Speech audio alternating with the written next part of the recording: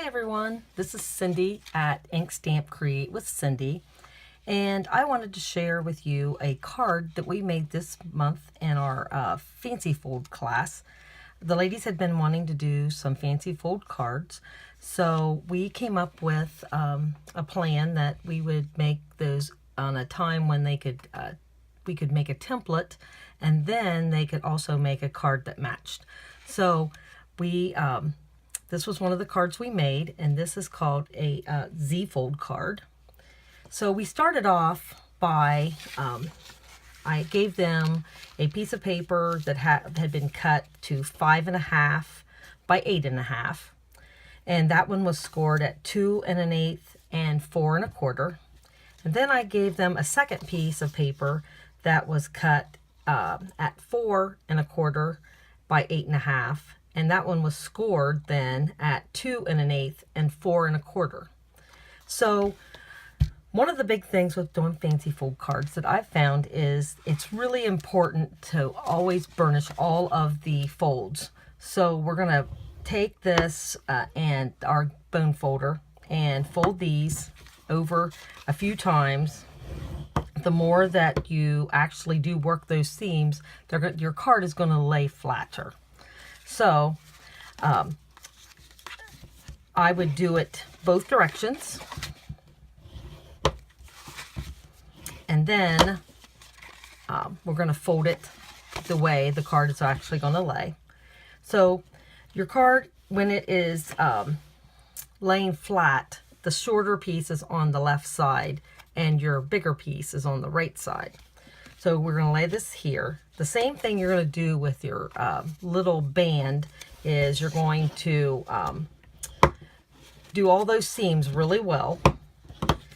Then, as you notice here on this Z-fold card, the front section here is the section that was the 4 1/4. So it's here, and then you do a valley fold and lay that flat.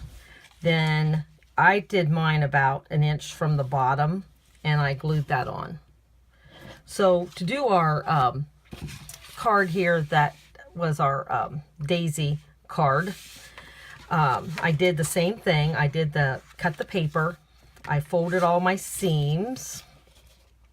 And then to know where the adhesive goes on the back side, I folded it, laid it here. Then I just flipped it over, and I did some of the Stampin' Up tear tape, and I put a couple strips on each side. You can use some other glues and they'll stick, but there's so much tension when you're opening and closing these cards that I recommend using the tear tape, because it's going to stick and it's going to stay together as you open and close it. So I would take off these two pieces and lay this down, and then take off your other two pieces and lay that down, just making sure you're about 1 inch from the bottom on both sides. So to decorate this card, I used some of the Daisy Delight Designer Series paper by Stampin' Up, and the colors in it are absolutely beautiful and very spring-like. And with fall coming, I thought I needed to use this one more time before we jump into fall colors. And so I chose Wisteria Wonder paper for the card back, and then Whisper White for the section here that has the stamping on it. Then I used 2 coordinating pieces of paper from the Designer Series paper, the Daisy, Delightful Daisy paper. Now that Designer Series paper is cut. This piece here is 5 1/4 by 1 7/8, so 5 1/4 long. That's going to get put on here, and then the piece, the Whisper White, that's on this side is going to be 5 1/4 by 4. So that is these two pieces. Then for your arm, this piece is 4 inches long by 1 inch wide. And then the little piece that's here in the inside is 1 7/8 inches by 1 inch. So after you have stamped on this piece of Whisper White, and you have put your piece of Designer Series paper on, then you can go back and actually adhere this arm. Because if you try to put the arm on with the adhesive first, then you're not going to be able to decorate it. So I just wanted to share one more time the finished product. And this is the Delightfully Daisy Designer Series paper and the Daisy Punch and stamp set from Stampin' Up.